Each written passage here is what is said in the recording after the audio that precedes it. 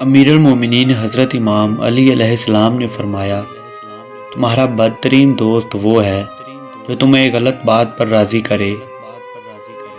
جس کو تم سے سچی محبت ہوگی وہ تم کو فضول اور ناجائز کاموں سے روکے گا۔ جو دکھ دے اسے چھوڑ دو، لیکن جسے چھوڑ دو اسے دکھ نہ دو۔ اپنے دن کا آغاز صدقہ دینے سے شروع کرو، اس دن تمہاری کوئی دعا رد نہیں ہوگی اور اچھی بات بتانا بھی صدقہ ہے۔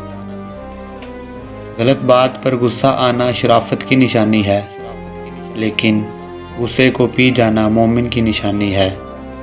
ہمیشہ سمجھوتا کرنا سیکھو، کیونکہ تھوڑا سا جھک جانا کسی رشتے کو ہمیشہ کے لیے چھوڑ دینے سے بہتر ہے۔